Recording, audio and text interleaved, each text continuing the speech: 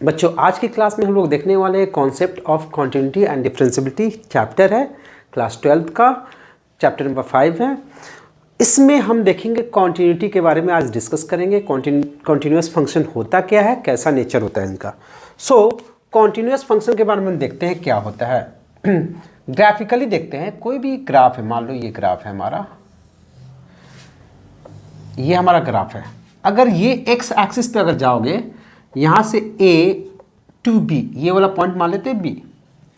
इस इंटरवल में देखते हैं ग्राफ में कहीं भी ब्रेक नहीं आया है, तो इसको हम क्या बोलेंगे, continuous function. So this is continuous function. Continuous function क्यों कॉन्टिन्यूअस है? क्योंकि ग्राफ कहीं भी टूट नहीं रहा है इस इंटरवल में। ठीक है, अब नेक्स्ट एग्जांपल देखते हैं। अगर हम इस एग्जांपल को देखें, यहां से ए टू बी के बीच में, तो ये ग्राफ टूट रहा है। कहां टूट रहा है, ध्यान से देखो। इस पॉइंट पे, यहां से लेके यहां तक के बीच में ये कॉन्टिन्यूअस नहीं है, क्योंकि इस पॉइंट पे ये पॉइंट सी मान लेते हैं, इस पॉइंट पे ग्राफ टूट रहा है, तो this is not a continuous function. Not a continuous function. ध्यान से सुनना बच्चों, नॉट अ कॉन्टिन्यूअस फंक्शन, ये कॉन्टिन्यूअस फंक्शन नहीं है। अब इस फंक्शन को थोड़ा सा मॉडिफाई करके हम इसको कॉन्टिन्यूअस फंक्शन बना सकते हैं। तो उसके लिए क्या होगा, ध्यान से देख रहे हैं यहाँ पे कॉन्सेप्ट। ये पॉइंट जो है ये हमारा y equal to F X graph है। ठीक है, इससे लेफ्ट इससे लेफ्ट पे वैल्यू ये है, इससे राइट पे वैल्यू ये है।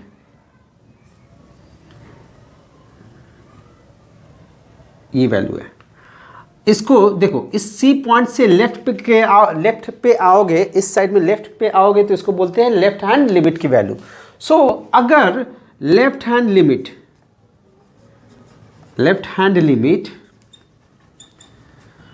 और राइट हैंड लिमिट दोनों इक्वल हो जाए, राइट हैंड लिमिट दोनों इक्वल हो जाए, और एफ सी इक्वल फंक्शन जो था, ये सी यहां पर रख के देखते हैं, ये तीनों की वैल्यू अगर इक्वल हो जाए तो क्या होगा, ये वाली वैल्यू और एफ सी ये तीनों में इक्वल हो जाए, तो ये तीनों क्या हो जाएगा, इक्वल ऐसे हो जाएगा। ठीक है, बराबर हो जाएगा।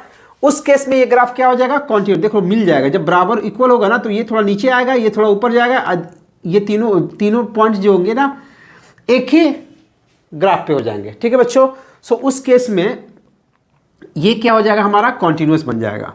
सो ये कॉन्टिन्यूअस के लिए हमारे पास कंडीशन क्या है, left hand limit, right hand limit और एफ सी तीनों इक्वल होना चाहिए। इसमें से कोई दो इक्वल नहीं होगा। अगर left hand limit, short form left hand limit और राइट हैंड लिमिट इक्वल नहीं है, सो डिसकॉन्टिन्यूअस ग्राफ होगा।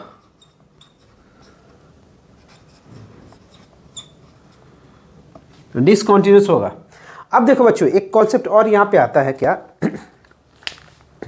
कोई भी ग्राफ अगर इस सी पॉइंट पे टूट रहा है, ब्रेक कर रहा है, यानी कि इस पॉइंट पे अगर डिसकॉन्टिन्यूअस है, तो पूरे इंटरवल में कोई जरूरी नहीं है कि डिसकॉन्टिन्यूअस हो हर एक पॉइंट पे। तो ध्यान से सुनो, अगर कोई ग्राफ एक पॉइंट पे डिसकॉन्टिन्यूअस है, तो सिर्फ इसी पॉइंट पे डिसकॉन्टिन्यूअस होगा, throughout A to B ये कॉन्टिन्यूअस माना जाएगा। अगर एक पॉइंट पे डिसकॉन्टिन्यूअस है, तो सिर्फ उसी पॉइंट पे डिसकॉन्टिन्यूअस माना जाएगा, बाकी हर एक जगह क्या माना जाएगा, वो पूरे इंटरवल में कॉन्टिन्यूअस माना जाएगा। समझ में आया बच्चों ये कॉन्सेप्ट बहुत ही इंपॉर्टेंट कॉन्सेप्ट है, जो अभी बताया, फिर से बता रहा हूं कि अगर एक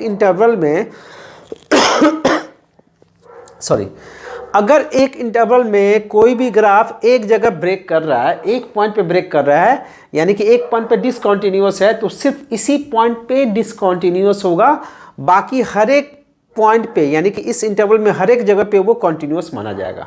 क्लियर है बच्चों? सो कोई भी ग्राफ को कॉन्टिन्यूअस या किसी भी फंक्शन को कॉन्टिन्यूअस प्रूव करने के लिए हमें लेफ्ट हैंड लिमिट निकालना होता है, फिर राइट हैंड लिमिट निकालना होता है, और एफ सी अगर तीनों की वैल्यू इक्वल आ गई तो वो क्या होगा, कॉन्टिन्यूस होगा, अदरवाइज वो डिसकॉन्टिन्यूस माना जाएगा। कोई भी दो अनइक्वल हो गया तो वो डिसकॉन्टिन्यूस माना जाएगा। ठीक है बच्चों, ये था हमारा कॉन्सेप्ट, बहुत छोटा कॉन्सेप्ट था। अब क्वेश्चन देखते हैं। अच्छा, कुछ लिमिट से बातें बता देता हूँ आप लोगों को, लिमिट्स की कुछ बातें हम लोग देख लेते हैं। यहाँ पे लिमिट कैसे सॉल्व करते हैं। मान लो ऐसे लिखा है limit x tends to 2, x plus 2 की वैल्यू निकालो। तो हम क्या करते हैं, इस वैल्यू को उठा के x की वैल्यू यहाँ पे पुट कर देते हैं, तो ये हो गया 2 + 2 = 4। ये ऐसे हम वैल्यू निकालते थे। ठीक है बच्चों, और भी बहुत सारे मेथड्स थे इसमें, कुछ फॉर्मूला भी था, उस फॉर्मूला को भी यूज करना था। एक और देख लेते हैं। अगर मान लो लिमिट x टेंस टू 5 है, यहाँ पे पाई x² लिखा हुआ है, तो हम क्या करेंगे, x की वैल्यू 5 यहाँ पे डाल देंगे, तो ये होगा 5 पाई इंटू 5 का स्क्वायर, दैट इज 25 पाई। ये होगी इसकी वैल्यू। और कुछ फॉर्मूला और थे, देख लेते हैं। फॉर्मूला क्या था हमारा, limit x tends to 0 sine x/x, ये क्या होता है, 1 होता है। ये वाला क्वांटिटी और ये वाला क्वांटिटी दोनों सेम होना चाहिए, तभी जाके ये 1 होता है। फिर limit x tends to 0 tan x/x, ये दोनों सेम हो अगर, तो इसकी वैल्यू कितनी हो जाएगी, 1। Again limit x tends to 0 x⁻n - a⁻n upon, without power नीचे लिखते हैं x - a, तो इसका फॉर्मूला होता है n a n - 1। तो ये सारे फॉर्मूले थे हमारे लिमिट्स के। जब हाई क्वालिटी के क्वेश्चन जब करेंगे तो उसमें ये यूज होना है। जब क्वालिटी हमारी हाई होगी क्वेश्चन की, हालांकि एनसीईआरटी में जितने भी क्वेश्चन हैं वो तो सिंपल वे में हो जाएंगे, बट जब हम दूसरे बुक के रेफरेंस क्वेश्चन को करेंगे तो उसमें क्वालिटी ये वाली यूज होगी। अब देखते हैं, थोड़े क्वेश्चन देख लेते हैं हम कॉन्टिन्यूटी से रिलेटेड।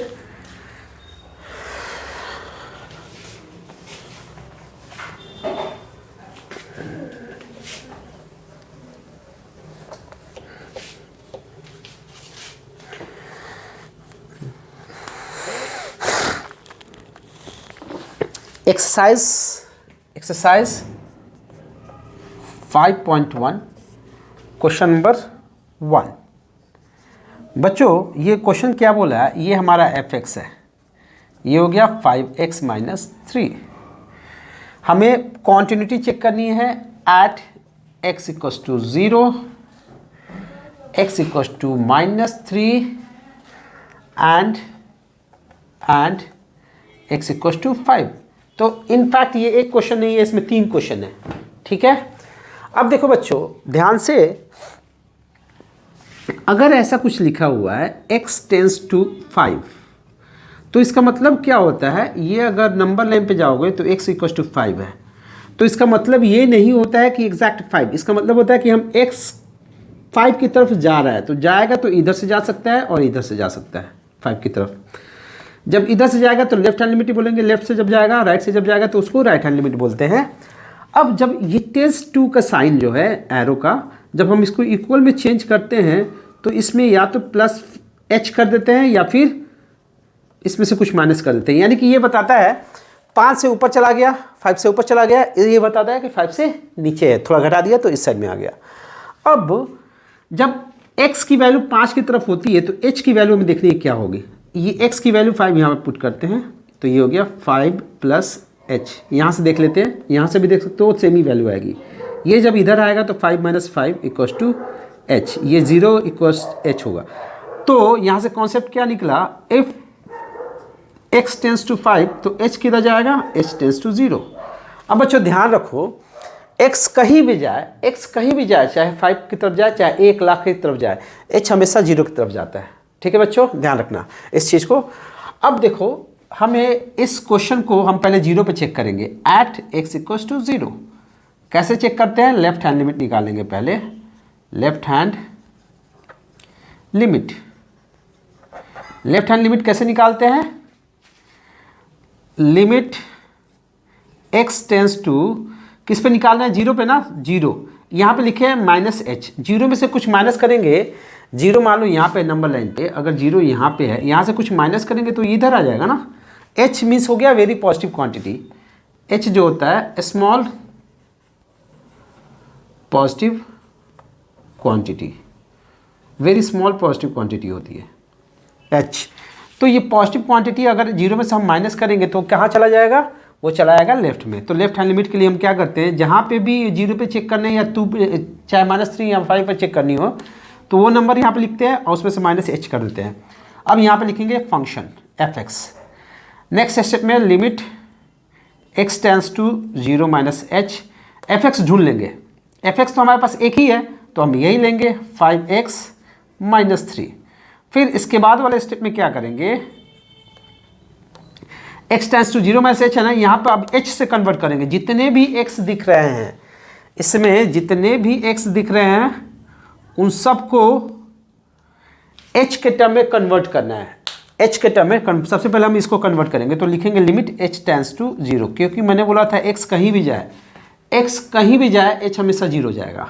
तो यहाँ पे x कहीं भी जाए मतलब नहीं है, h कहाँ जाएगा, 0 जाएगा। और यहाँ पे हम लिखते हैं ये वाले x को कैसे रिप्लेस करते हैं, इस वैल्यू से, इसको उठा के हम यहाँ पे डाल देते हैं। तो 5 0 -h -3। अब लिमिट सॉल्व कर लेते हैं। लिमिट कैसे सॉल्व करते हैं, लिमिट सॉल्व करने के लिए मैंने बताया था कि इस वाले वैल्यू को उठा के इसमें पुट कर देते हैं। तो ये कितना हो गया, 5 0 -0 -3, ये हो गया 0, ओवरऑल हो गया -3। ठीक है बच्चों, समझ में आया। ये हमारा लेफ्ट हैंड लिमिट हो गया। अब निकालेंगे हम right hand limit. Right hand limit निकालने के लिए देखते हैं,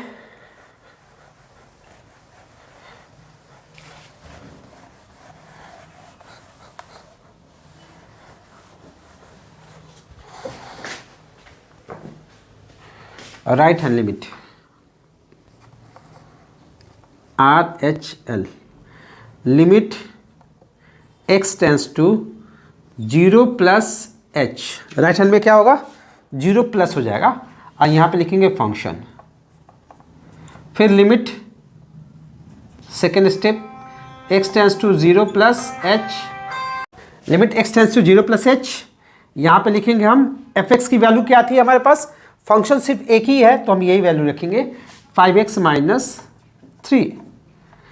इसके बाद वाला स्टेप में जितने x है सबको h में कन्वर्ट करना है। Limit h tends to 0, 5 0 +h, ये h टेंड्स टू 0 होगा। यहाँ पे हम ये वाली वैल्यू लिखते हैं, ये वाली वैल्यू लिखेंगे -3।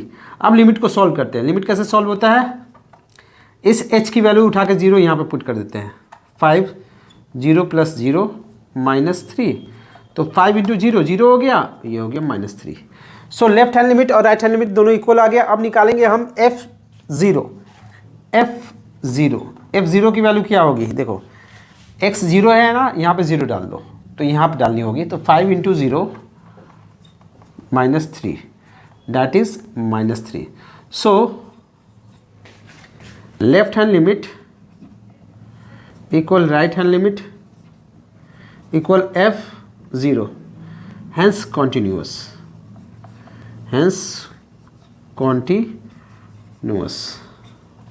ये कॉन्टिन्यूस फंक्शन है। ठीक है बच्चों, ये क्वेश्चन था हमारा, फर्स्ट क्वेश्चन ही था। इसका फर्स्ट पार्ट हमने कर लिया था, x = 0 पे चेक कर लिया था। अब देखेंगे x = -3 पे कैसे चेक करते हैं। एट x = -3 तो हम चेक करेंगे लिमिट x टेंड्स टू, हम पहले लेफ्ट हैंड लिमिट निकालेंगे। ये लेफ्ट हैंड लिमिट हमारा चल रहा है। ठीक है बच्चों, limit x tends to -3 -h, यहाँ पे फंक्शन लिखेंगे f(x). नेक्स्ट स्टेप में limit x tends to -3 -h, f(x) के जगह पे लिखेंगे ये फंक्शंस 5x - 3। फिर लिमिट h टेंड्स टू 0 लेंगे और जहाँ जहाँ x है वहाँ पे हम ये वाली वैल्यू पुट करेंगे, ये वाली वैल्यू। सो 5 -3 -h -3। अब लिमिट सॉल्व करेंगे। कैसे लिमिट सॉल्व करते हैं हम, सिंपल सा तरीका था लिमिट सॉल्व करने का। ये वाली वैल्यू उठा के हम इसमें पुट कर देते थे। तो 5 -3 -0 -3, ये हो गया -15 -3 इज -18। ये हो गया हमारा लेफ्ट हैंड लिमिट की वैल्यू। अब निकालते हैं राइट हैंड लिमिट।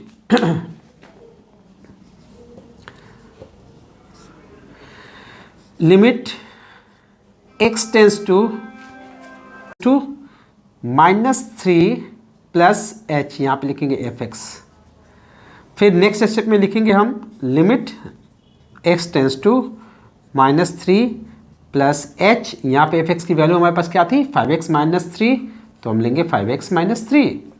अब इसके बाद वाला स्टेप में हम क्या करेंगे, लिमिट h टेंस टू 0 5, इसके जब लिखेंगे -3 प्लस h -3, 0 पुट कर दो, ये हो गया 5 -3 प्लस 0 -3, डैट इज -15 -3 इज -18।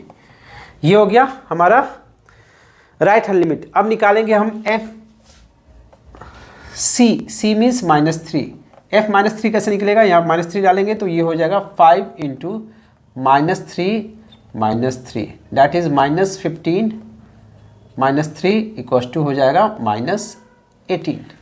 समझ में आया बच्चों, समझ में आया ये कैसे हुआ है। अब देखते हैं हम किस पे चेक करेंगे, x इक्वल्स टू 5 पे।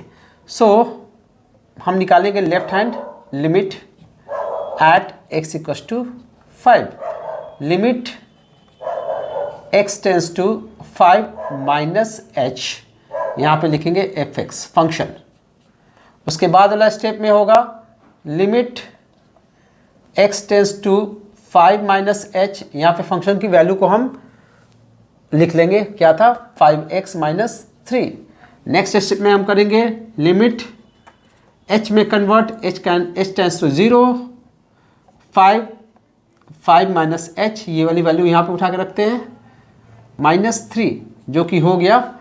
नेक्स्ट स्टेप में हम क्या करेंगे, h की वैल्यू को यहाँ पुट करेंगे तो ये हो गया 5 माइनस 0 -3। जब वैल्यू पुट करते हैं तो लिमिट साइन हट जाता है, ठीक है। तो ये हो गया 25 - 3 इक्वल्स टू हो गया 22। ये हो गया हमारा लेफ्ट हैंड लिमिट, ठीक है बच्चों। सो अब देखते हैं right hand limit. Right hand limit at x equals to 5, इसके लिए करेंगे क्या, limit x tends to 5 plus h fx, it implies that limit x tends to 5 plus h 5x minus 3।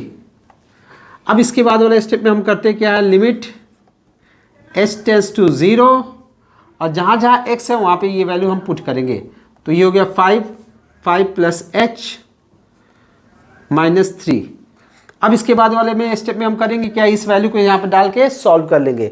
ये वैल्यू यहाँ पे पुट करो तो ये हो जाएगा 5 प्लस 0 -3, ये हो गया 25 -3 डैट इज 22। ये लेफ्ट हैंड लिमिट हो गया, ये वाली, ये लेफ्ट हैंड लिमिट, ये राइट हैंड लिमिट, दोनों की वैल्यू क्या आई 22।